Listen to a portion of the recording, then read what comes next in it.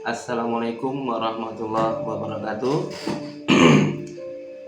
Salam jumpa dari saya, ya, YouTuber baru, YouTuber dadakan. Nama saya Muhammad Daud Siregar. Saat ini di bulan Juni 2023, tepatnya tanggal 10 ya. Tanggal 10 Juni 2023, saya terdaftar sebagai mahasiswa program Magister Kenotariatan Fakultas Hukum Universitas Sumatera Utara USU. Baik, video ini khusus kita buat dalam rangka untuk memenuhi kewajiban ujian akhir semester mata kuliah Hukum Pasar Modal di semester 3 saat ini. Jadi kami akan menyampaikan suatu analisis mengenai suatu kasus yang terjadi di seputaran pasar modal Indonesia. Kebetulan yang saya teliti saat ini adalah kasus terjadinya insider trading di PT Perusahaan Gas Negara Persero Tbk terjadi pada bulan Januari 2007.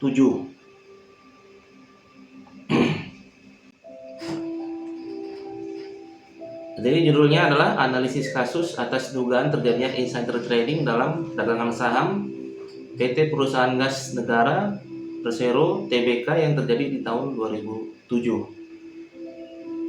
Seperti yang saya sampaikan di depan tadi, bahwa presentasi ini adalah untuk memenuhi penyelesaian ujian akhir semester mata kuliah Hukum Pasar Modal program Magister Kenotariatan MKN Universitas Sumatera Utara tahun 2023. Berbicara tentang pasar modal, tentunya banyak sekali variabel-variabel yang harus kita bahas.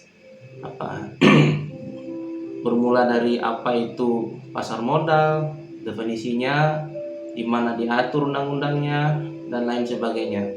Salah satu item yang dibahas dalam ilmu tentang pasar modal adalah ada yang namanya istilah insider trading. Insider trading ini ada kaitan dengan analisis kasus yang akan saya sampaikan pada video ini. Namun terlebih dulu, coba kita lihat apa sih yang mau kita cari, yang mau kita identifikasi dari permasalahan yang saya teliti ini. Jadi ada 3 item. Yang pertama, apa saja indikator yang dapat digunakan sebagai langkah awal pembuktian adanya insider trading. Yang kedua, bagaimana peranan Bapepam. Ini saya masih pakai kata Bapepam karena kejadiannya kan dalam tahun 2007 itu belum ada yang namanya Otoritas Jasa Keuangan OJK, sehingga saat itu masih lembaga Bapepam yang berperan. Dan bursa efek dalam hal terjadi tindak pidana dugaan insider trading dalam perdagangan saham PT Perusahaan Gas Negara Persero Tbk saat itu di 2007 maksudnya. Item ketiga, bagaimana upaya dan langkah yang diambil Bapepam, ya kalau sekarang di OJK, dalam rangka mengungkap kejahatan perdagangan insider trading di PT Perusahaan Gas Negara Persero Tbk saat itu.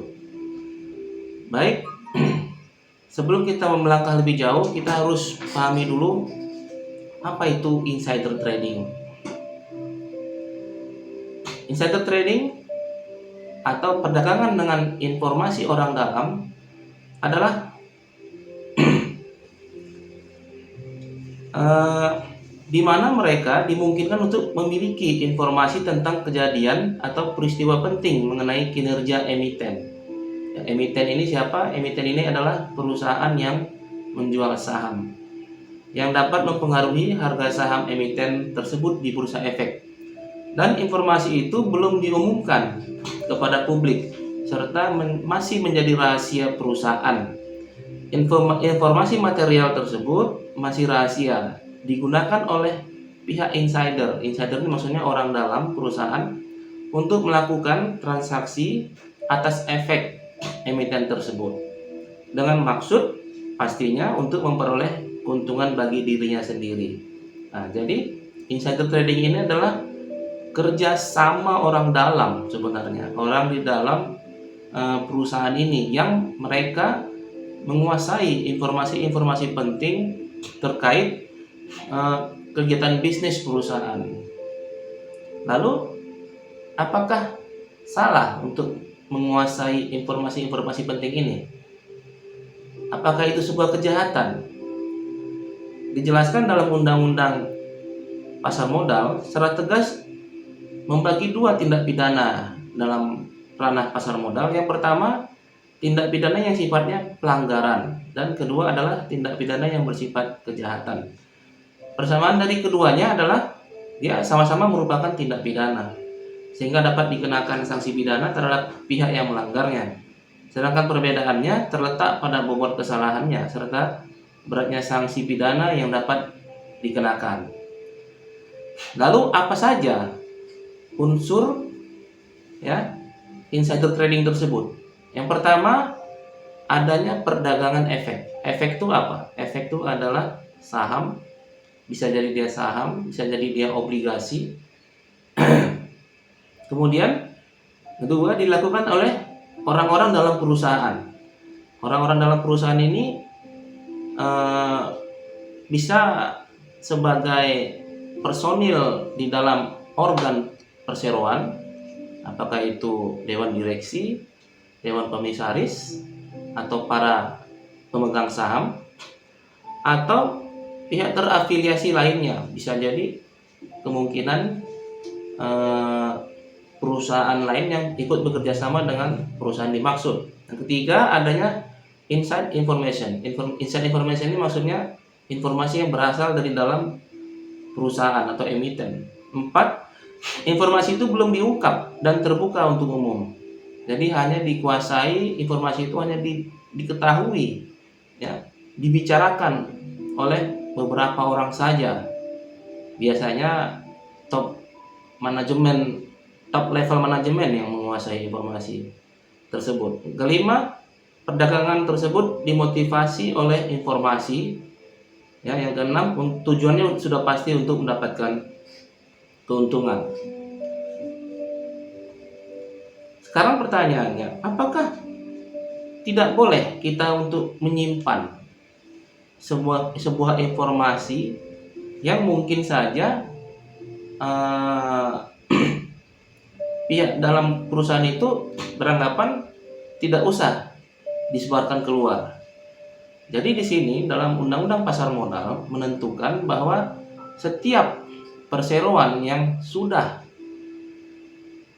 menyatakan diri dan terdaftar sebagai perusahaan terbuka serta sahamnya dimiliki oleh publik, tidak boleh ada informasi yang ditutup-tutupi. Jadi ada yang namanya keadaan disclosure, yaitu merupakan suatu hal yang sangat mutlak dalam pasar modal. Berbeda dengan sektor perbankan, di mana prinsip kerahasiaan bank adalah hal mutlak ditaati. Sedangkan dalam sektor pasar modal menerapkan hal sebaliknya. Disclosure atau keterbukaan informasi adalah mutlak. Jadi tidak boleh ada informasi yang ditahan-tahan. Transparansi dalam pasar modal berarti keharusan. Hal ini secara tegas diatur dalam pasal 1 angka 25 Undang-Undang Pasar Modal nomor 8 tahun 1995. Lalu pertanyaannya, apakah insider trading ini berbahaya? Insider trading ini sangat berbahaya dan merugikan bagi pasar modal.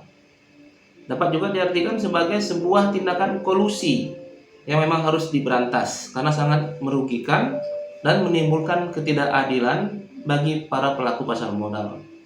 Sedangkan yang menjadi latar belakang pelanggarannya itu sendiri karena tindakan tersebut dapat membahayakan baik bagi mekanisme pasar yang fair itu adil dan efisien. Kemudian berdampak negatif bagi emiten.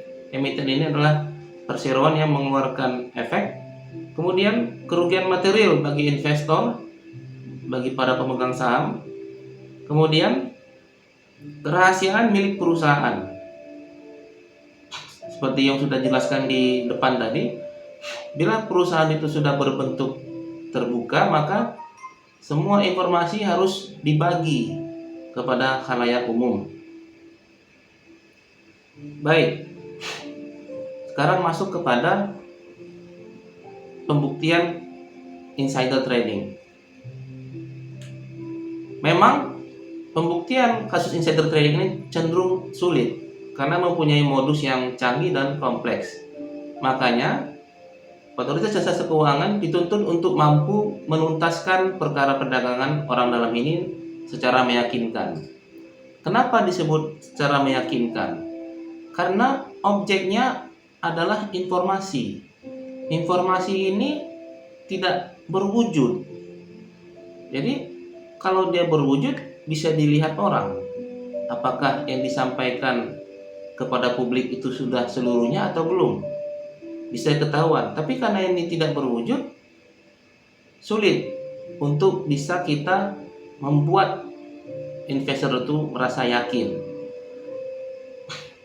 Kemudian, apa syarat terjadinya insider trading? Yang pertama sudah pasti adanya orang dalam, ya.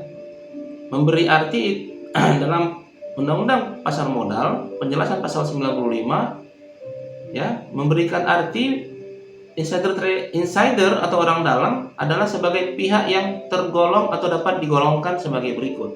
Pertama, ini dia komisaris, direktur atau pegawai perusahaan terbuka dalam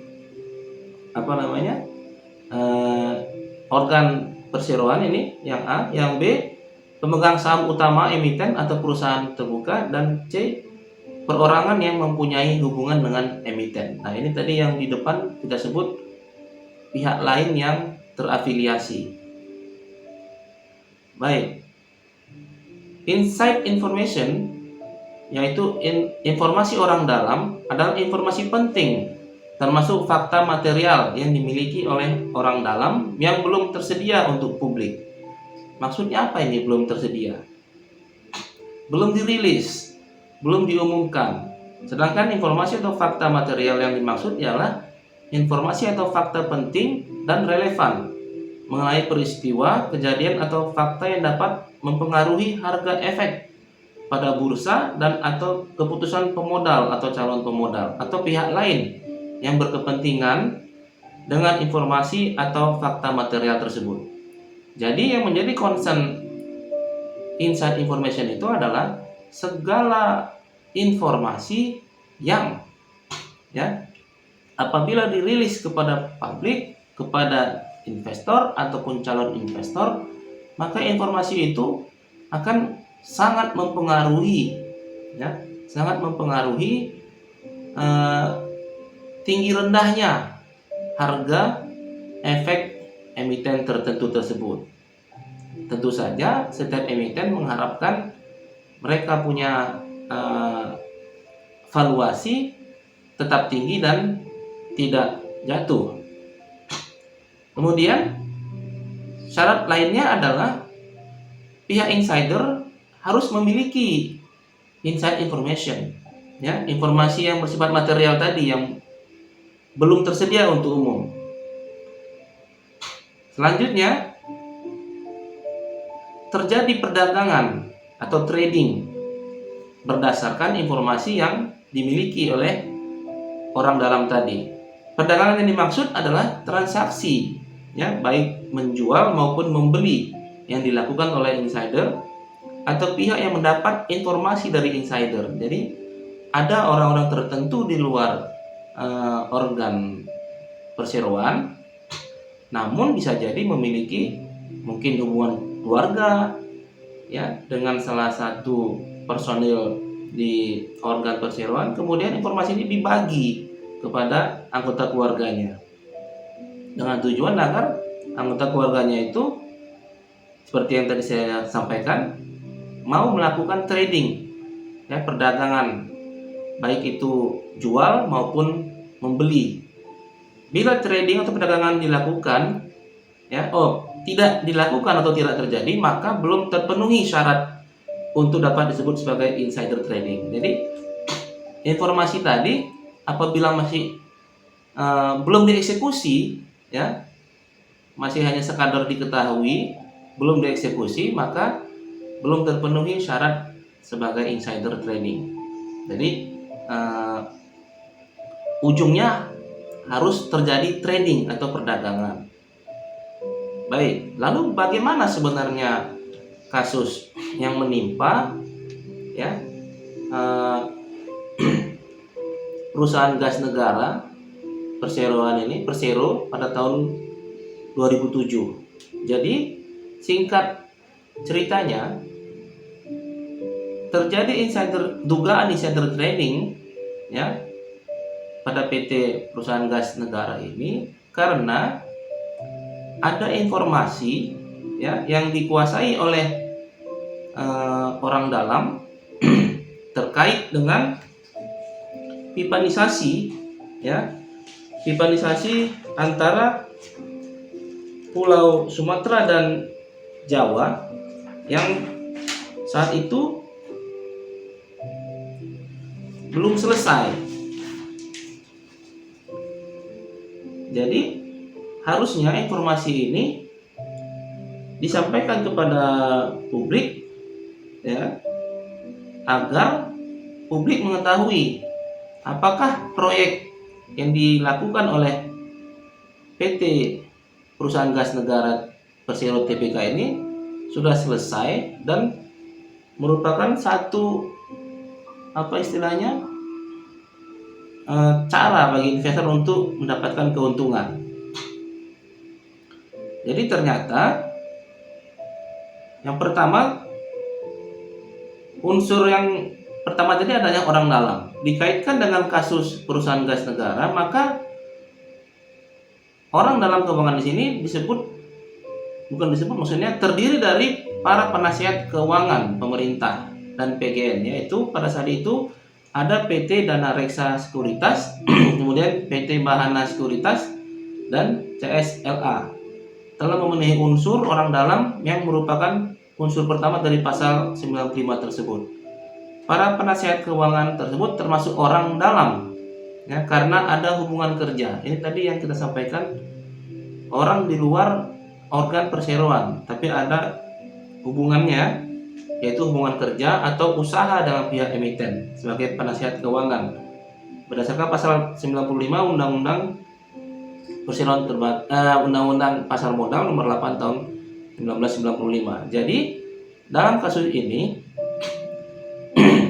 para penasihat keuangan ini, personil-personilnya, karena mengetahui, ya, proyek pipanisasi yang dikerjakan oleh PT perusahaan gas negara ini belum selesai dan kemungkinan akan terjadi prospek rugi, maka personil-personil di sini melakukan tindakan menjual saham yang mereka miliki secara besar-besaran. Oleh para investor dilihat mengapa terjadi trading jual saham, karena yang mau dilepas ini dalam jumlah besar, sehingga mengakibatkan para investor merasa terkejut dan khawatir. Oleh karena itu, selanjutnya tindakan jual diikuti oleh investor-investor lainnya.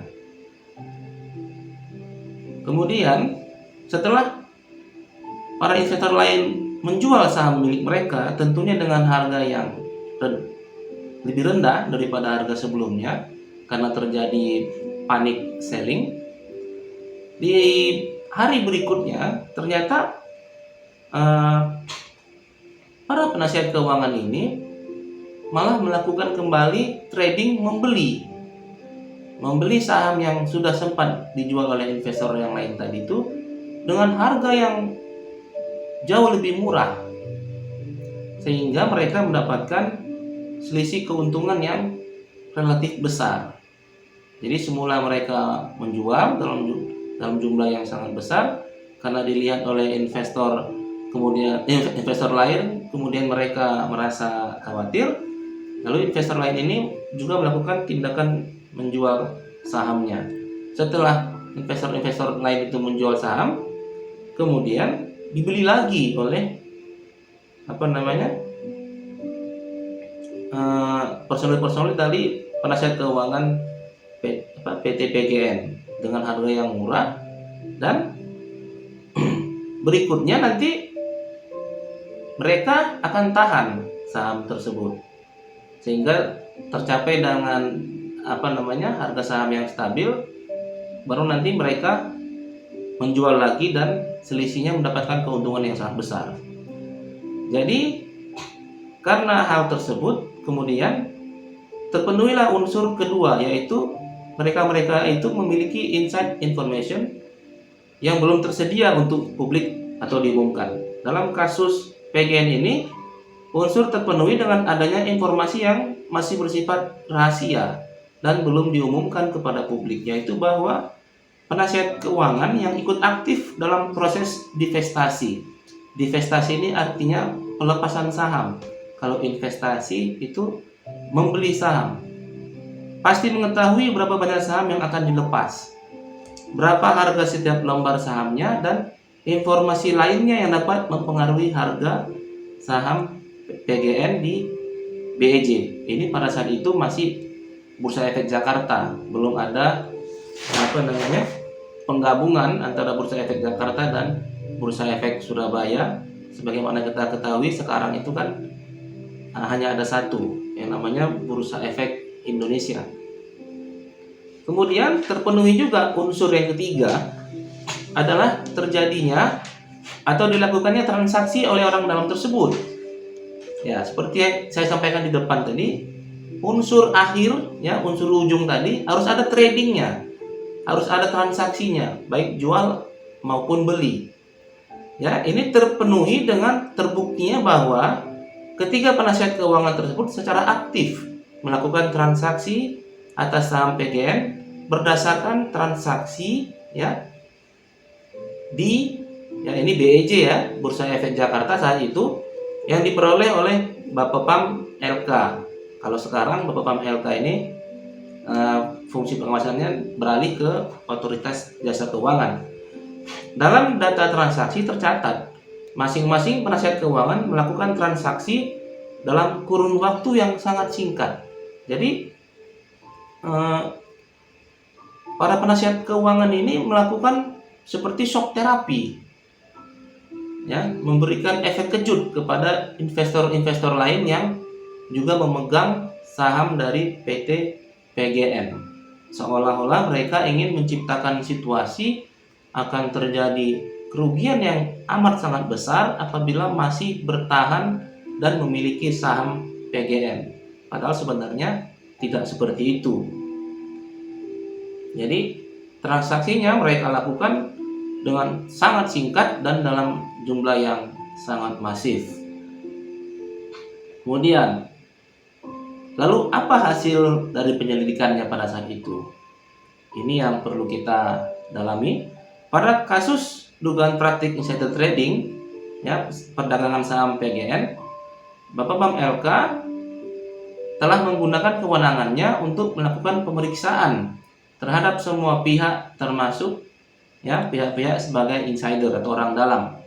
Dalam pemeriksaan, para penasihat keuangan pemerintah, yaitu para direksi PT Dana Reksa Sekuritas, PT Bahana Sekuritas, dan CLSA Securities membantah, ya boleh-boleh saja membantah telah melakukan praktek insider trading dengan argumen yang didasarkan pada adanya pengecualian yang dibenarkan oleh pasal 98 Undang-Undang Pasar Modal. Tetapi saat itu, ya, Bapepam LK tidak mendapatkan bukti bahwa telah terjadi insider trading. Nah, jadi menurut Bapepam LK pada saat itu, atas situasi yang terjadi dikategorikan oleh Bapepam LK itu bukan insider trading. Apakah benar demikian? Nah, kalau menurut saya, ya, kalau menurut saya seharusnya berdasarkan bukti awal yang didapat dalam pemeriksaan, yaitu ketiga penasihat keuangan pemerintah, yaitu PT Dana Reksa Sekuritas, PT Bahana Sekuritas, dan TSLA, adalah mereka nyata-nyata berkedudukan sebagai orang dalam. Kenapa disebut orang dalam? Karena mereka ada hubungan kerjanya, walaupun mereka bukan organ dari perseroan, seperti teori yang kita jelaskan di depan tadi. Karena ada hubungan kerja sebagai penasihat keuangan pemerintah. Otomatis sebagai penasihat keuangan pemerintah, mereka mengetahui informasi-informasi yang sifatnya mendasar dan rahasia, ya, dan itu belum dipublikasikan. Mereka ikut dalam proses negosiasi dengan pihak investor strategis yang berminat, sehingga mendapatkan informasi yang bersifat material, belum terbuka untuk publik, dan dapat mempengaruhi saham emiten tersebut di bursa. Nah, ini unsur paling pentingnya, dapat mempengaruhi harga saham emiten, seperti jumlah saham yang akan dilepas dan diinginkan oleh investor, juga berapa harga tiap lembar sahamnya. Peristiwa pidananya sendiri adalah bahwa mereka aktif, ya, aktif melakukan perdagangan saham di bursa efek. Berarti syarat terjadinya insider trading menurut saya ini telah terpenuhi melanggar pasal 95 Undang-Undang Nomor 8 Tahun 1995 tentang pasar modal. Lalu, apa kesimpulan yang dapat diambil? Dari penelitian yang saya lakukan, saya dapat mengambil kesimpulan yang pertama terkait dugaan insider trading PT Perusahaan Gas Negara Tbk berdasarkan pasal 95 Undang-Undang Pasar Modal. Seharusnya sudah dapat dilakukan penyidikan di mana unsur-unsurnya telah terpenuhi. Peranan bursa efek dalam hal ini, ya, dalam hal terjadi dugaan insider trading atau kejahatan lainnya dalam pasar modal sangat menentukan, di mana dalam hal terdapat ketidakwajaran yang terjadi pada perdagangan saham suatu emiten, maka sistem penolakan auto rejection dapat mendeteksi ketidakwajaran yang terjadi. Jadi ketidakwajarannya itu tadi dapat kita sampaikan terjadinya transaksi yang dalam waktu yang sangat singkat, ya, setelah menjual dalam jumlah yang sangat masif sehingga mengakibatkan kepanikan dari investor lain. Kemudian para investor lain itu ikut juga menjual, ternyata dibeli oleh para penasihat keuangan tadi dengan harga yang sangat murah. Ini sudah ada peran aktifnya dari orang-orang yang terkait di dalam. Yang kedua, pembuktian tindak pidana insider trading memang cukup sulit, akan tetapi bukan tidak mungkin dibuktikan. Memang sangat dimungkinkan terjadi bahwa tidak terbukti tindak pidananya. Akan tetapi yang penting adalah pelaksanaan penuntutannya telah dilakukan sesuai prosedur dan transparan. Jadi maksudnya ini memang apa istilahnya? Penyidikan, ya, kan harus ditingkatkan ke tahap penuntutan. Jadi karena proses insider trading ini membutuhkan penyidikan yang sangat mendalam, ya, dan juga penuntutan yang harus komprehensif, maka penyidikan yang dilakukan ini harus dilakukan secara tuntas, ya. Namun yang terpenting dari itu adalah dilakukannya penuntutan. Jadi penuntutan ini berfungsi untuk dalam persidangan bisa saja penuntut umum itu melengkapi alat bukti, ya. Bila ada yang masih belum jelas dalam berkas, maka saksi tambahan bisa dihadirkan oleh penuntut umum. Dengan adanya proses penuntutan di depan persidangan, diharapkan menimbulkan efek jera bagi para investor yang berniat nakal. Jadi lain kegunaan lainnya adalah agar tidak menimbulkan kecurigaan. Mengapa suatu kasus yang menurut menurut investor secara sederhana saja sudah memenuhi unsur, namun mengapa tidak ditingkatkan ke tahap penuntutan? Hal-hal seperti ini membuat kecurigaan para investor, dan hal ini adalah tidak bagus dalam dunia pasar modal. Selanjutnya, apa saran yang bisa diberikan?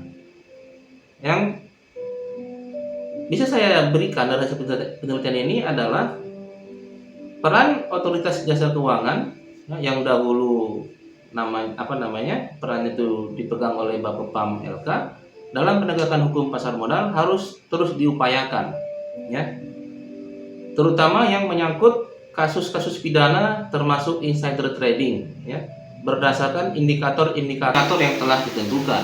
Saran kedua, transparansi dalam pengusutannya perlu dijalankan sehingga jangan ada lagi sikap mendua untuk melaksanakan penegakan hukum. Penutup, ya, demikian dahulu yang bisa saya sampaikan. Apabila ada kesalahan data dalam penyampaian materi ini, mohon untuk dikoreksi. Informasi yang disampaikan semata-mata didapat melalui mekanisme googling dalam waktu yang sangat singkat dan kemungkinan besar, ya, disampaikan secara tidak utuh. Terima kasih atas perhatiannya dan semoga video ini bermanfaat bagi saya dan orang-orang yang menontonnya. Terima kasih saya ucapkan. Wassalamualaikum warahmatullahi wabarakatuh.